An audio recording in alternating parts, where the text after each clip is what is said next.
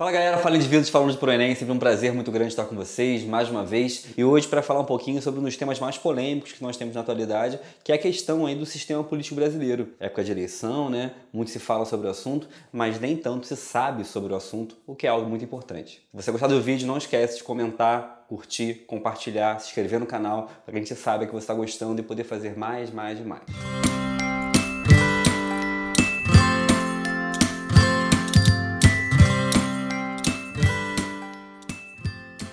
O Brasil vive um sistema que nós chamamos de uma democracia representativa. O que isso significa? Nós não votamos diretamente nas leis. Ou seja, nós não vamos lá no Congresso e votamos diretamente no que nós queremos que seja aprovado ou não. A gente vota em pessoas e essas pessoas vão representar a gente no Congresso, no Parlamento, e vão ser esses indivíduos que vão decidir os rumos do país. Essa democracia representativa no Brasil, ela é composta por uma série de cargos: vereadores, deputado estadual, deputado federal, senador, prefeito, governador e presidente. Prefeito, governador e presidente são membros do executivo. Os demais são membros do legislativo. As pessoas que podem votar e escolher esses representantes no Brasil, na verdade, são quase todas. O Brasil adota um sistema de voto que nós chamamos de sufrágio universal. Qualquer pessoa, independente de etnia, de gênero, de condição e de escolaridade, pode participar do pleito. Agora, somente acima de 16 anos de idade. O voto no Brasil é facultativo para pessoas entre 16 e 18 anos de idade e também para maiores de 65 anos de idade. E o voto é obrigatório para pessoas entre 18 e 65 anos de idade. E aí você pode me perguntar: Leandro, e se a pessoa não votar, o que ocorre com ela? Ela é obrigada a justificar a ausência. Essa justificativa é composta por uma explicação de por que você não votou e o pagamento de uma multa. Uma multa muito curta, que varia entre 3 e 4 reais, uma multa bem pequena, mas que é simbólica para a representatividade dos indivíduos dentro da eleição. Se a pessoa não votar e não justificar, aí o problema aumenta. Ela fica impedida de sair do país, fica impedida de fazer concurso público, fica impedida, por exemplo, de fazer provas em geral e até de tirar documentos. Então, de certa forma, se não votar, tem que justificar. Existe muita confusão no Brasil acerca do momento e do sistema de votação. Muitas pessoas consideram que alguns tipos de voto que nós temos no Brasil vão para quem está ganhando ou podem anular a eleição. Isso é um erro. No Brasil nós só temos dois tipos de voto: o voto válido e o voto inválido. O voto válido é aquele voto que você escolhe um candidato ou escolhe um partido, uma coligação. E o voto inválido é o voto branco ou voto nulo. Existe uma lenda no Brasil que o voto em branco vai para quem está ganhando, para quem está em primeiro, para quem está vencendo. Isso é uma mentira. O voto branco, ele é um voto que ele não conta para a eleição. É um voto inválido, é um voto descartado do processo eleitoral. Quando você vai fazer os cálculos para a eleição, só vale os votos válidos. Existe um outro mito que é: se mais de 50% dos eleitores votarem ou anularem o seu voto, essa eleição seria anulada, cancelada e seriam convocados outros candidatos. É uma outra mentira. Não existe anulação de eleição no Brasil por meio do voto. Anulação só em caso de corrupção, de fraude, mas jamais pelo pleito em si. Os cargos que existem no Brasil variam entre três esferas: a esfera municipal, estadual e federal. Na esfera municipal nós temos os vereadores e o prefeito. Os vereadores têm a função de fazer leis, alterar leis, votar o orçamento, fiscalizar o prefeito.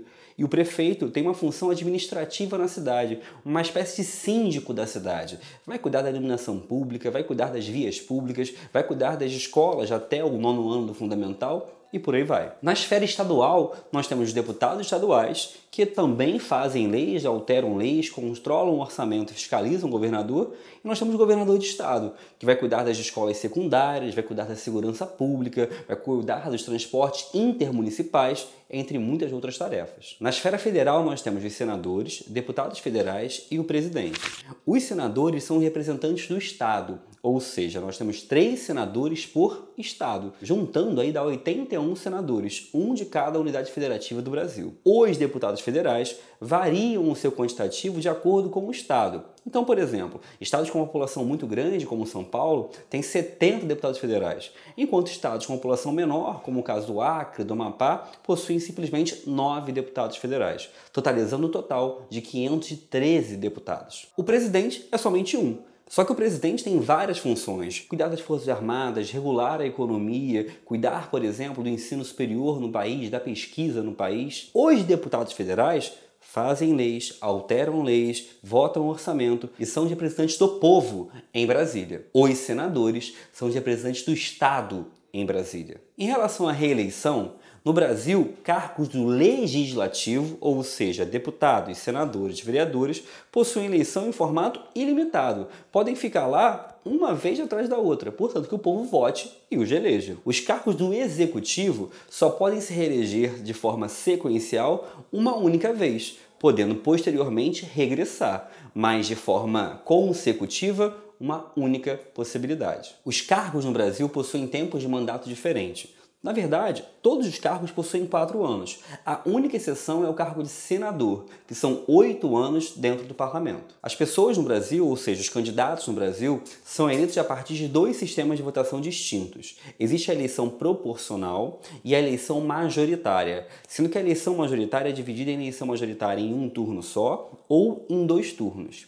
A eleição majoritária em um turno só é aquela no qual quem tem mais votos vence. É puro e é simples. Isso ocorre no Brasil para o Senado e para prefeituras com menos de 200 mil pessoas. O outro formato é o majoritário em 2 turnos, que ocorre para o governo do estado, para a presidência e para prefeituras de grande porte, que vão ter aí 2 turnos de votação. Para a pessoa ganhar em primeiro turno, ela tem que conseguir mais de 50% dos votos válidos. Se ela não conseguir, temos uma segunda votação com os 2 mais bem votados. A eleição proporcional é bem mais complexa. Ela possui uma coisa chamada quociente eleitoral, que é um número de votos que cada coligação, cada partido tem que atingir para conseguir a aprovação popular. Se for alguma dúvida, se vocês quiserem saber mais de algo sobre eleições no Brasil, basta deixar no comentário que a gente faz outro vídeo comentando outros detalhes. E principalmente, não esqueça, o seu voto é muito importante. É a nossa arma, é nosso instrumento para mudar esse país ou para manter da forma que você considera correta. Então, pense bem na hora de apertar os numerozinhos lá na urna. Um forte abraço e até a próxima.